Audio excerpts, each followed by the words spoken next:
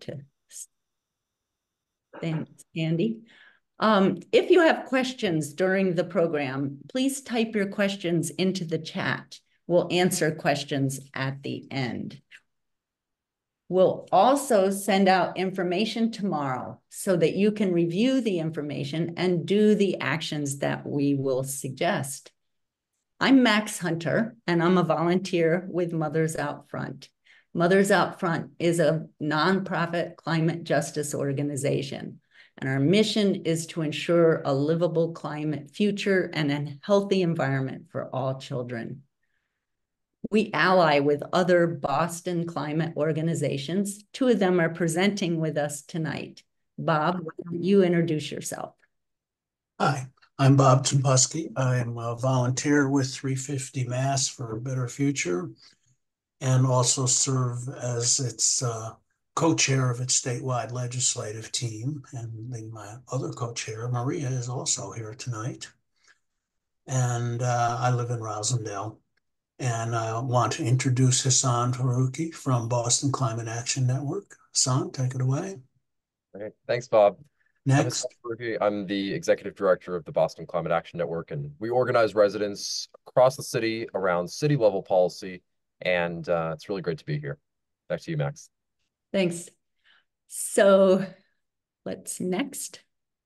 So tonight, we're going to tell the story of our transition from using gas for heating and cooling to a clean, all-electric future. We'll start with why we need to transition off gas, with a picture of what the future could look like with our help. Next. So why focus on gas? Because it costs too much and in too many ways. So-called natural gas is methane, and methane is responsible for 1/3 of the climate disruption so far. Methane's 86 times more damaging to our climate than carbon dioxide over the first 20 years after it's emitted. We also focus on methane because it's close to home. It's in our homes and piped under our streets, where it causes damage to our health, to the trees that cool us, and where it can cause dangerous explosions. And as we'll see, gas costs ratepayers billions of dollars just to maintain the system that delivers this polluting and dangerous product to us. Next. Buildings en masse cause 1/3 of our state's climate damaging emissions, mostly from burning fossil gas. Because of the density of buildings in Boston, buildings account for closer to 80% of Boston's emissions. Next. In our homes and schools, gas appliances like stoves, furnaces, and water heaters generate a variety of air pollutants like nitrogen oxides and benzene. These chemicals are now known to affect learning, and they cause and worsen respiratory problems and other health issues. Having a gas stove is like having a tailpipe or a smoker in the house, which is estimated to cause 15% of asthma cases in Massachusetts. In Boston, 1 in 3 school-aged children have an asthma diagnosis. We can reduce this astronomically high asthma rate by reducing exposure to pollution, both indoors and out. Next. We must also remember that gas is highly explosive. Any community with gas faces this deadly risk. In 2018, in the Merrimack Valley, excessive pressure in the gas lines caused a series of explosions and fires in over 40 homes. A teenager was killed, and 30,000 people were forced to evacuate. Next. Our leaky gas system also has high costs for ratepayers. Massachusetts has some of the oldest gas infrastructure in the country. Some of our gas pipes date back to the Civil War, so it's not surprising that these gas pipes leak a lot. And every gas leak releases climate warming methane into the atmosphere. 10 years ago, Massachusetts passed the Gas Leaks Act, requiring companies to submit a plan each year for replacing or repairing leak-prone natural gas pipeline infrastructure. These plans are known as GSEP, for the Gas System Enhancement Plans. Under GSEP, gas companies can earn 10% profit on what they spend, and they can recover GSEP costs more quickly than through other investments by adding ever-increasing surcharges on customers' utility bills.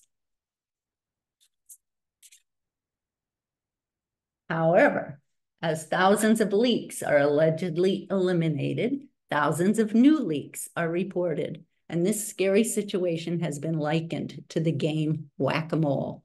So despite the gas companies spending at least $500 million a year on pipe replacement and a tiny bit on pipe repair, we have nearly the same number of leaks. The only way to end this expensive whack-a-mole process is to transition off gas. Next. A new report released in February used Massachusetts gas utility data and projections and found that gas and electricity prices will soon switch places. Gas prices are expected to rise exponentially, while electricity prices will rise with inflation. Next. In a home, the main way to transition away from gas to electricity is with a heat pump, an appliance that provides both heat and air conditioning. Heat pumps use electricity to move heat from one place to another. In the winter, they transfer heat from the outside to the inside of a building, heating the building. And in the summer, they transfer heat from the inside to the outside, cooling the building. Heat pumps are 2 to 3 times more efficient than gas furnaces and traditional air conditioners, so they can save energy and money. Next. The future we need, the future of clean heat, is provided by all electric homes that are safe and affordable for all. The state's climate planning agencies and all climate advocates agree that electrification is the solution for our buildings and will enable the retirement of the dangerous gas distribution system. If we allow the market alone to steer Boston's transition off of gas, higher income households that can afford the upfront costs of electric appliances will randomly leave the gas system as gas prices rise, leaving fewer people paying for the fixed costs that come with maintaining the system. Those left behind on gas would pay the costs of maintaining the whole leaky system until the last house is electrified. Alternatively, we could have a planned transition where households, regardless of income, transition off the gas system. A planned transition, street by street and neighborhood by neighborhood, requires the partnership of gas utilities, the unions, and our elected officials. So let's talk about what has been done to work towards such a planned, equitable transition. Next. Here's some history. Next. So what has happened so far to achieve the future we need? In 2021, the Massachusetts legislature set mandates for reductions in greenhouse gas emissions to reach net zero by 2050 and to move quickly enough to help avert climate disaster. By 2025, that's next year, the law mandates that emissions be cut 33% over 1990 levels. Then, by 2030, emissions need to be down by 50%.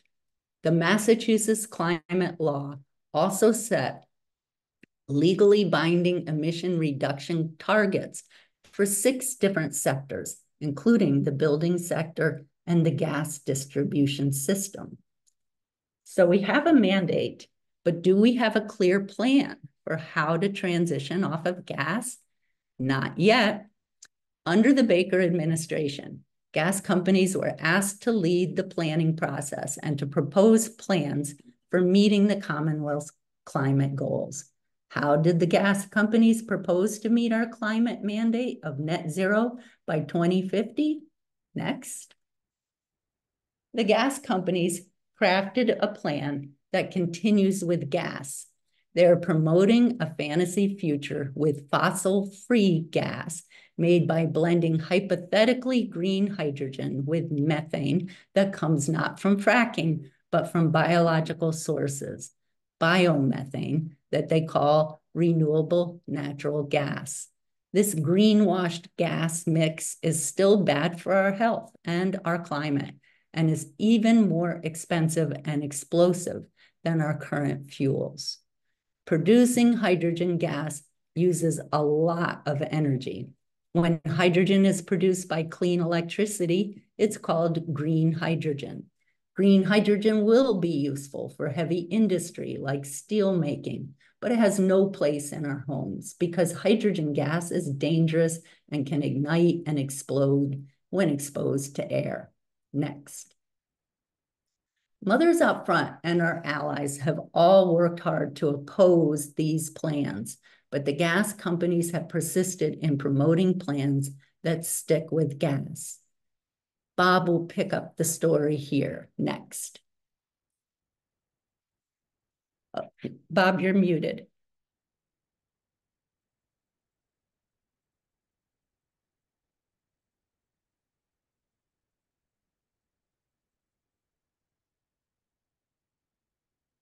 Still muted.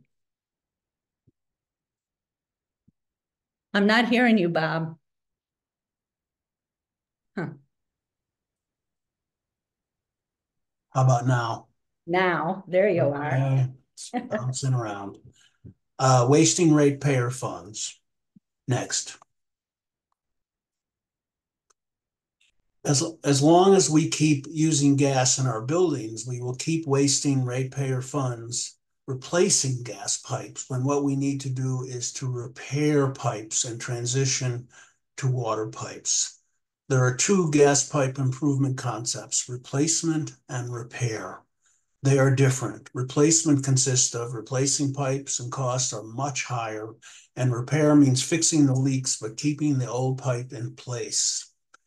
Billions of dollars are being spent through the Gas System Enhancement Plan to replace leak-prone pipelines in the gas infrastructure, costs that will swell with the interest also on them as they are repaid through utility bills over the next decades. In this map, the red dots are utility reported locations where they plan to replace gas pipes. There are a lot of dots there, as you can well see. The map was created by an ally, HEAT, which is a nonprofit that develops strategies to move us to sustainable, renewable, and equitable energy system. Next. Since the start of the GSEP program, the gas companies have spent nearly $4 billion, and ratepayers will repay them double that cost over decades due to the interest compounding. If gas utilities are permitted to continue down this path, by the end of the century, our children and grandchildren will have paid nearly $40 billion for maintaining the gas system, a price way bigger than the Big Dig, which was pretty expensive. The expensive gas distribution system needs to be retired to reach our climate mandate. So this would be a massive, unaffordable waste of our money. Next. You can see this in this somewhat hard to interpret chart that out of all the leaks that were eliminated each year, the green and gray columns, 72% were eliminated by repair and only 9% were eliminated by pipe replacement. The benefit of pipe replacement is minimal and nearly 10 times more expensive than repair, which means more guaranteed profits for the gas utilities.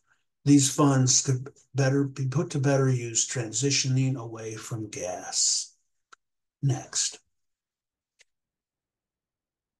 So what has been Boston's experience? Now, I think, well, okay. Next. All right. Yes. At the end of 2022, the utilities reported over 1,000 open leaks and over 1,000 repaired leaks in Boston alone. These are costly leaks. The map, this is a map of the planned pipe replacements in Boston. It's a massive project. The most expensive pipe replacement project planned for this year is on Boylston Street and Clarendon Street in the Back Bay, $7 million to replace 1/2 mile of cast iron pipe. Next. There are other costs locally to the leak gas. The wasted leak gas is paid for by all gas users. More importantly, leak gas kills trees, plants, and grass. I can speak to this experience from on my own street, where 300 or 400-year-old trees were killed by leaking gas before we could get the gas companies in. And then when they came, they tore up the street for a year, did a massive pipe replacement, and could have done much of it by repair instead, and much more quickly, and probably could have saved some trees. Next. The gas companies often mislead cities and towns and the public into thinking that all this pipe replacement is about safety and curtailing gas leaks.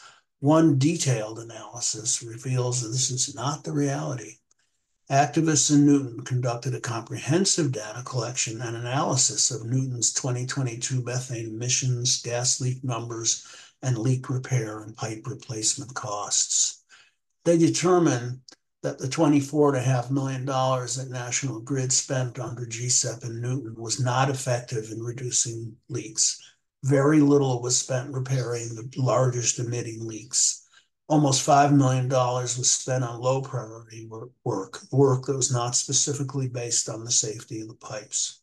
The analysis found that almost all of the eliminated leaks were from lower cost leak repair and not from pipe replacement. Some new leaks even appeared on pipes or the service lines connected to them after the pipe had been replaced under GSEP. So even brand new pipes do not necessarily fix the problem. Next. The evidence shows that repairing pipes with advanced leak repair techniques is effective and much less expensive than pipe replacement. You can see in the picture, this is some advanced pipe repair techniques using lining a gas main in New Jersey. Doing so also avoids the cost and disruption of complete street excavation. Next. Replacing pipes costs too much and it doesn't repair enough leaks. Ratepayers pay for this in two ways. We pay for the leak gas, and the cost for pipe replacement or repair are added to our bills. Based on all that we have learned about the gas system and how to transition to a future with clean heat, we support a strategy developed by our allies and gas transition allies called Triage and Transition.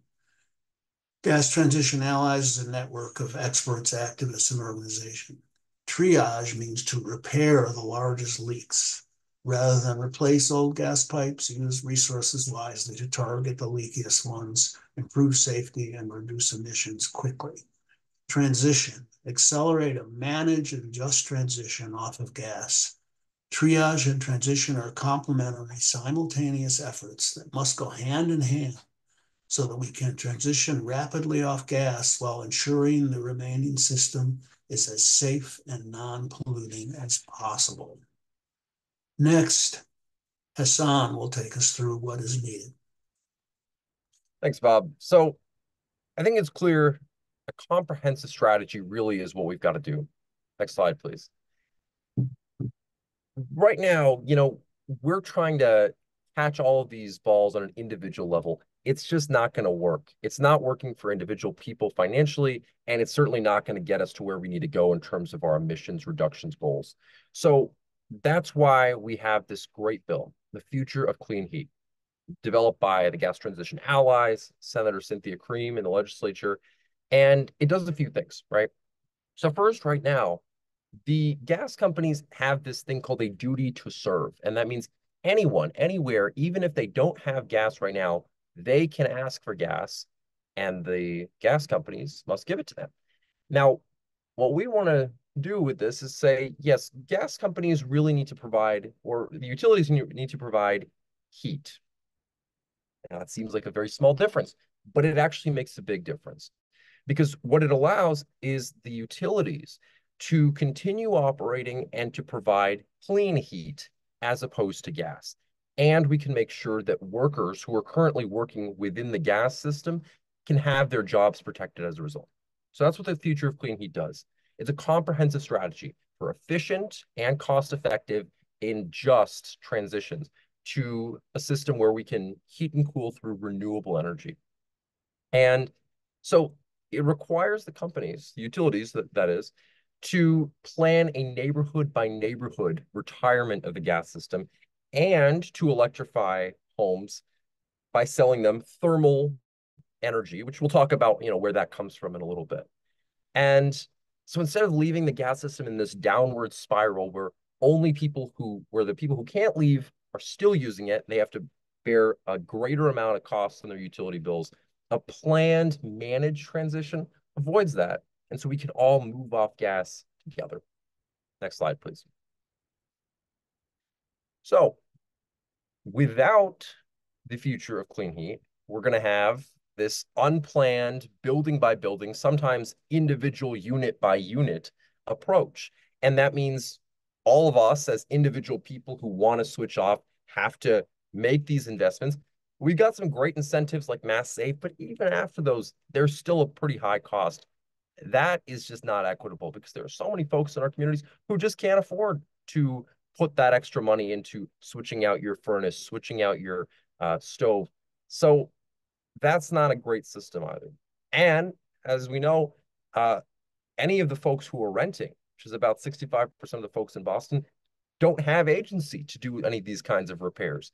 And so you're left hoping, wishing, praying that your landlord does the right thing. And that's just not going to cut it either. And as we know, again, this is expensive. And that means low and even people who aren't low income still have a lot of barriers to getting into this whole thing. So this is why, we have some good programs, local governments, community groups, including mine, are helping people take advantage of these various incentives. But even still, there's a high cost, and governments are investing taxpayer funds to help individuals make the switch. Next slide, please. So, given all of this, most customers can't afford to cover all the expenses. And so they have no choice but to stay on gas, right? And this leaves the pipe system the same size, same operating and maintenance costs, and with the same leaks, but because it's a smaller number of people on that system, they have to bear a larger share of the costs. And so they have higher and higher monthly charges. And that's even before we talk about this whole gas system enhancement plan or this, leak repair program, which is about $40 billion in total. So we were talking about a big dig sized budget balanced off the backs of ratepayers. That's just not going to cut it. It is not what any of our communities need nor want. And that's why we've got to avoid it. Next slide, please. So the thermal energy I talked about a little bit earlier, that is where a thermal energy company can make an investment and arrange for a cluster of neighborhoods or a zone to get the weatherization and electric services and all of that. And so we don't have to wait or rely on individual people. And it means we can retire all of these leak-prone pipes, which means our neighborhoods are safer. And so this creates a broader customer base. It means we can spread the costs across more people. And it means the utility, in some cases, can pay the upfront cost. And then all of us can share that cost in an incremental way through our monthly bills. And so there's lots of different options for what this kind of thermal energy can look like. Here we have a few of them. On the left, you see air source heat pumps. These are cheaper to install, and they are more efficient than any fossil fuel system. And they draw thermal energy from the air temperature. On the right, you see ground source heat pumps, which have a higher upfront cost They use the heat of the earth underground, which is remarkably stable, to heat and cool. And they're at least 44% more efficient than the air source heat pumps. Next slide, please. And then you have my personal favorite, networked geothermal, which is an underground network of pipes that are filled with water, and they connect to ground source heat pumps in a collection of different buildings. So the ground source heat pump we saw on the previous slide was just for one building standalone.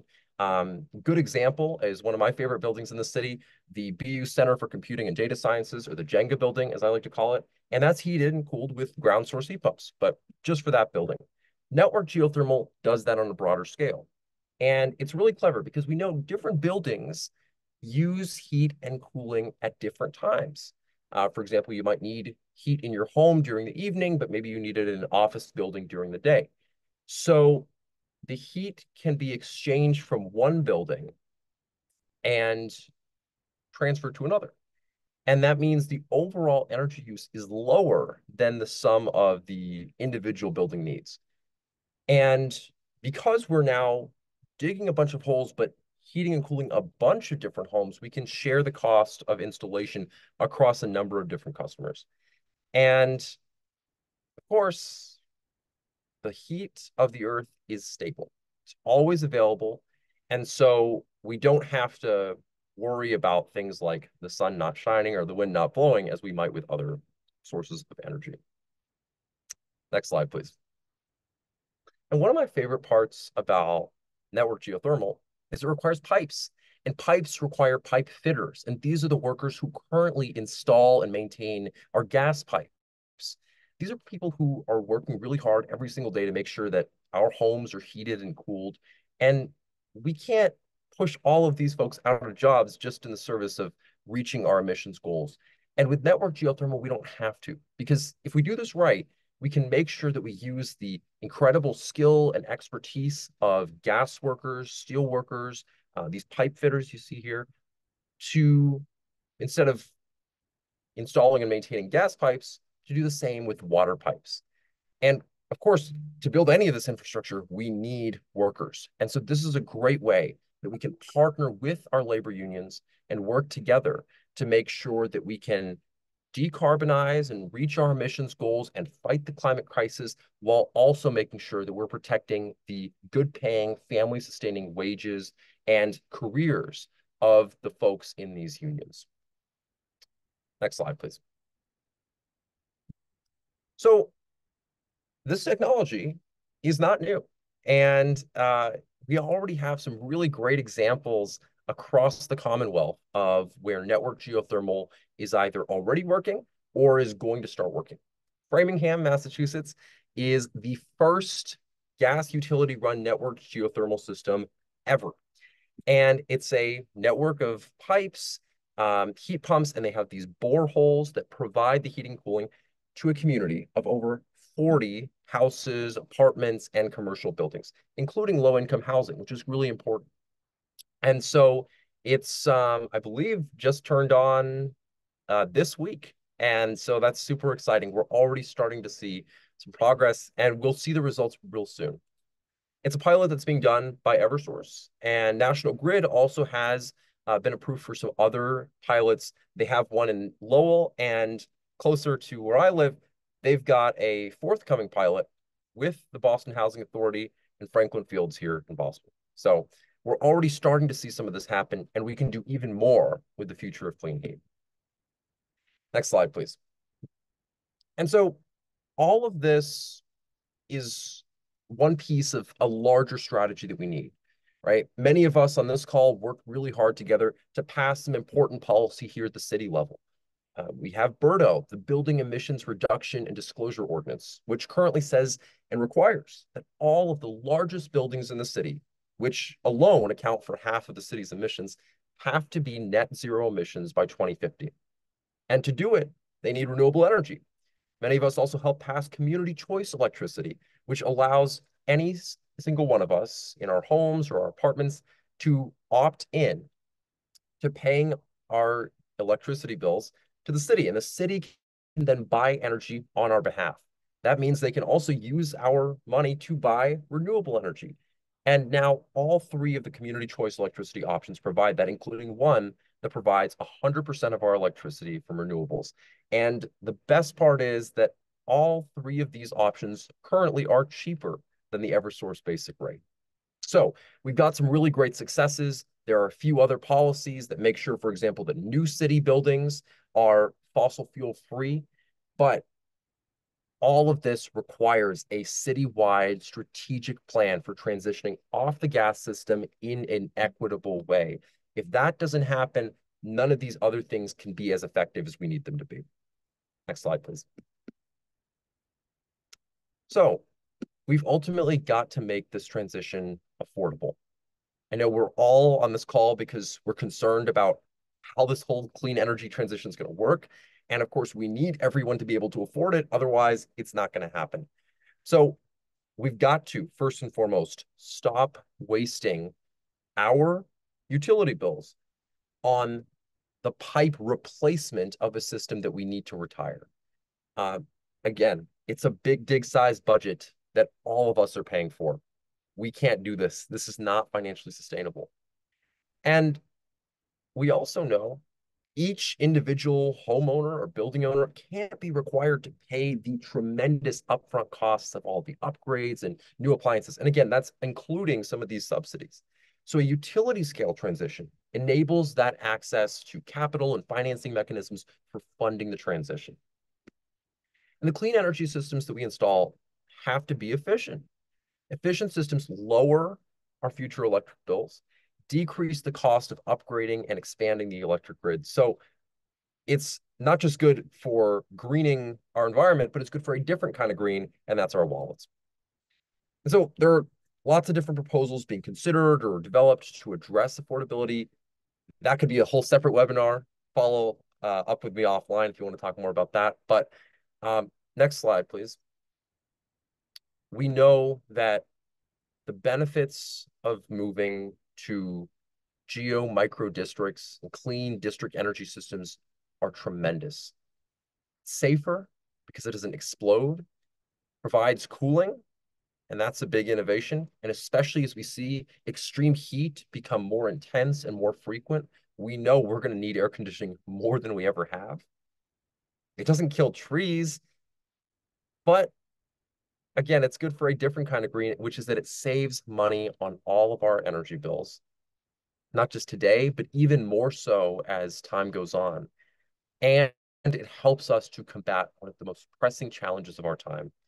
And we can do all of this in a way that protects the hard-fought, hard-won jobs that union workers have all over our Commonwealth.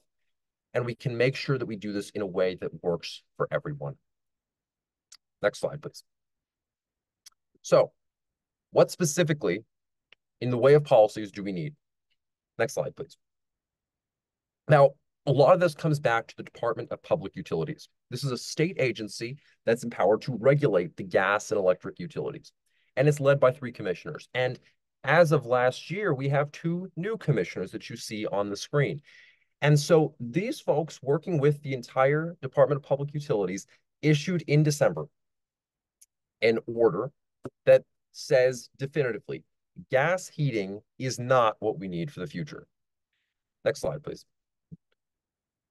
And so it had all kinds of really important things, but a few of these. First, it affirmed that the best way that we can decarbonize, really the only way, in my view, but the dominant way needs to be electrification. So we're not going to play around with these false ideas and false promises.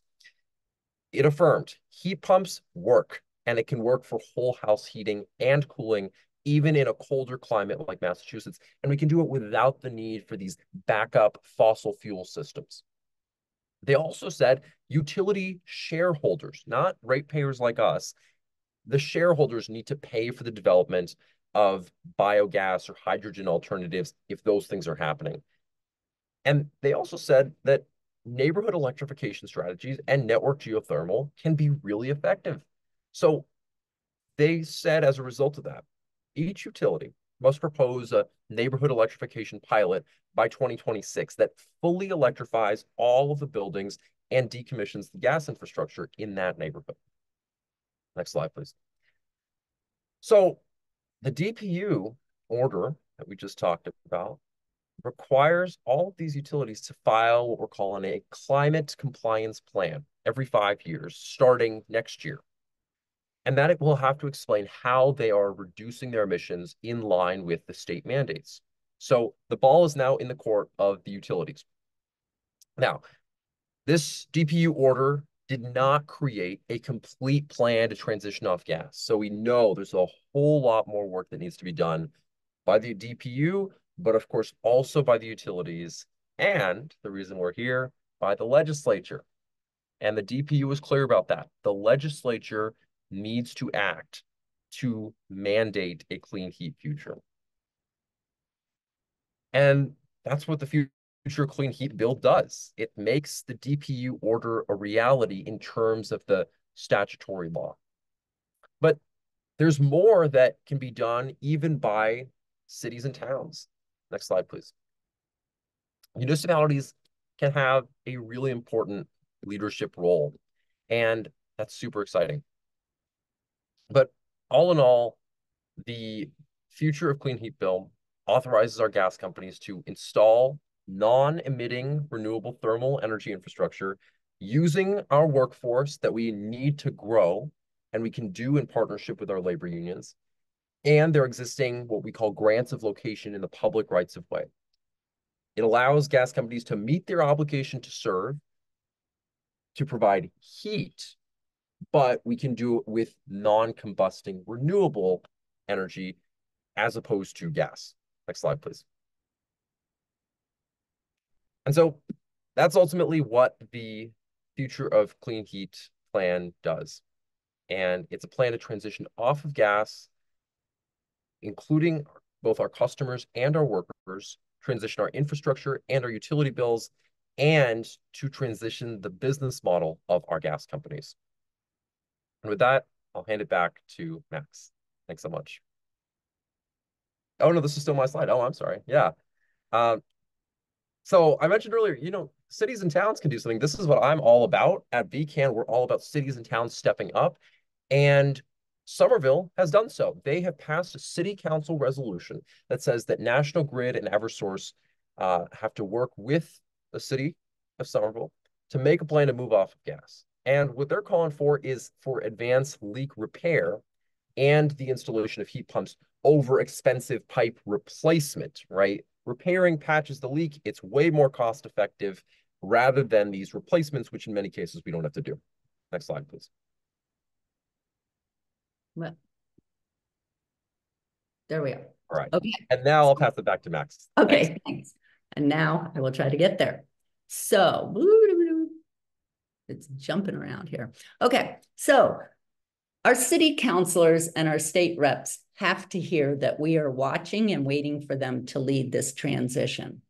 So tomorrow, you will receive an email that will have 2 actions you can take. One action is to email your city councilor everything you need to identify and email your city councilor with suggestions of what to say will be included in tomorrow's email. Follow the instructions and let your city councilor know that you want them to start planning Boston's transition so it's fair for everyone. The second action is to email your state rep and to ask him or her to support 3 important bills that pave the way for utilities in Massachusetts. To stop spending our ratepayer money on new gas infrastructure, to let utilities provide thermal heat as an alternative business model to gas, and to make sure that gas union workers are trained and fairly compensated for new roles in clean energy. So all these things really have to work together. So again, the action will be super clear and easy to do, and we can't stress enough how every email has this supersized influence on our elected officials. So please take the 10 to 15 minutes tomorrow to make a difference for our children's future. So now let's turn to your questions. Andy, did our guests have any questions in the chat this evening? And do we want to come off of the slides to answer questions? Sure. Good evening, everybody. My name is Andy Krasner. I'm with Mothers Out Front JP team, and I'm going to be answering questions. We have one question in the chat. We can go ahead and stop the screen share so we can see people better. And you're welcome to put your questions in the chat. If you want to raise your hand, we will try to take you off mute and allow you to answer the question. So the first question is from Mary, and she asks, it's easy to picture network geothermal working in a neighborhood of homes. How well can it work in our downtown setting with very large, tall buildings? So that's a great question, Mary, and I have two answers for you. The first is that geothermal works well for large buildings, and we've seen that with the BU data center. And so when you network those, it actually just becomes more efficient, and it still works with the very large buildings. But secondly, I would say we have some great resources in Boston in that we have Vicinity, which is providing e-steam to our hospitals. So we have these other ways of heating our largest buildings. Does anybody else have any questions? One of the questions that I got an email about earlier was, what is the most important part of the future of clean heat, and why is Mothers Out Front supporting it and wanting to make sure it gets across the finish line in this legislative session? And that is because right now, gas companies can only sell gas. That is their mandate. And while we do have a couple of pilots, which allows us to do these network geothermals, it's not in their mandate to actually be able to sell heat. And so the future of clean heat changes that mandate. And that's why it's incredibly important, because the only way that our gas utilities can pivot their business model is if they have the legal room to be able to pivot. And so that's why we need our legislators to change that. And I'm going to pause for a second and allow people to go ahead and put their questions in the chat or raise their hands. I know we have a lot of people on tonight who've been following this issue for a long time. How is this working for Framingham? Thank you. Maria asked that. So in Framingham, Eversource has, I think it's about 40 buildings that they've put boreholes in the right of way. They've put pipes in that have water, and that water takes heat from the ground, and that is moved into homes and businesses. And it started this week, so it just went live this week, and so we don't have any of the data to share with you about how efficient it's going to be, but that's how it's working right now in Framingham.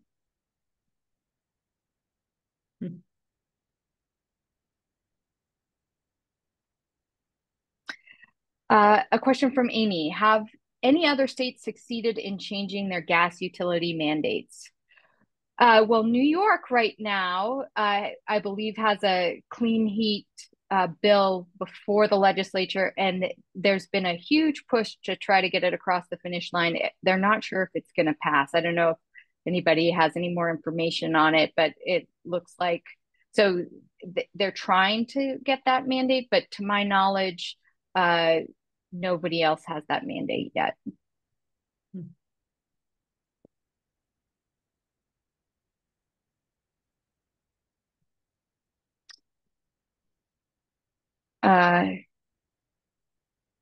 Maria says she listened to a podcast, and the company is from New York City who did the drilling in Framingham.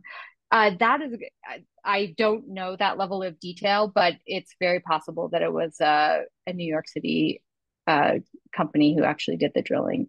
There's a number of people involved in this. It's it's Eversource, and then of course they have people who are drilling, they have people who are laying the pipe. So there's a number of people involved in the project.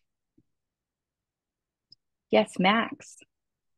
I read, I think, that this project has already received an additional grant to extend it into another neighborhood in Framingham. Framingham officials and the residents and building owners who are part of this are super excited. And so Framingham's very excited to get this next stage put in place, because it just makes their city a whole bunch more efficient, and it saves the ratepayers money. Yeah, and I just want to note that in the chat, there's a clarification that the people who did the drilling in Framingham are Celsius Energy, and they're actually based in Cambridge, Massachusetts. Thank you so much for making that clarification. Let's see. Will we see more of the climate organizations joining together to move similar initiatives forward? So the more united we are, the more successful we can be. I totally agree, Betsy. We actually have a coalition in the city of Boston. It's called the Green New Deal Coalition. There's also a number of different state coalitions. There's Gas Leaks Allies. There's help me out with, I know that there's others, Hassan, that Mass Power Forward, as well as the Green Justice Coalition. So if I'm missing any, the organizations across the state have been really working to make sure that these bills get across the line. Yes, Susie says that the Eversource is advertising this everywhere. Mary says, is there any way to police the gas utilities that are using GSEP money to replace rather than repair? There's a lot of pipeline replacement in West Roxbury. Yeah, so there is a GSEP working group under the Gas System Enhancement Plan, which we are shortening to GSEP. They are allowed to choose the mechanism in which they repair the pipe or replace the pipe. So they are choosing repair most of the time because they get paid. Oh, I'm sorry. Thank you. They are choosing replacement most of the time because they get paid about 10 times more for replacing a pipe than they do for repairing the pipe. So their financial interest, the utility's financial interest, is to replace the pipe, even though what we're seeing in all the data is that repairing the pipe actually reduces the amount of emissions that we have and the leaks, and it actually works better for what we need as far as climate change and safety, and that the replacement actually is not working very well, but is incredibly expensive. Let's see, can you answer, how long would it take from the bill's passage for projects to move ahead large scale? That is a great question. I cannot answer that. I don't know if Bob or Hassan or Max have any insights on that. I don't know anything about a timeline, but I'm sure the process would accelerate, but how quickly exactly and how big, I'm not sure. Hassan, do you have any idea? I can only answer it in reverse. If we have to wait another 2 years for another legislative session, then we know that we'll have some pilots, and that's great because pilots get people trained, and it gets people understanding what's happening. But we could be moving so much faster if we get this, especially get the ability for utilities to offer thermal heat rather than only gas. That will really accelerate things. Yeah, and Lee says in the chat that when the legislature passes the bill, they would put deadlines, but those are unknown. And then there's another question. So a clarification that yes, this would allow the gas companies to sell heat. They can still sell gas because there are many customers who will still be on gas. And until every last customer is off that gas, they'll need to be selling gas. Is this bill doing well in the legislature? Well, it's doing very well in the Senate, and we hope to really put a push on our representatives in the House because it's not doing as well on that side. And that's why we're having this discussion tonight, because we really need everybody tomorrow when you get that link to just take a little bit of time on your Friday morning to send a quick email and tell your representative how important it is that we pass this bill. And I would just say that it's especially important for Boston because of our number of buildings. Our need to clean up buildings is greater than any other place in Massachusetts. So it really serves us to push this as hard as we can. And there's also a question in the chat about who is supporting this in the legislature. If you want to share the screen again, we have a list of all the people who are co-signed on that bill. I don't know if it's the last slide after the questions. We could show people who the co-signers are. All right, here we go. Look at that.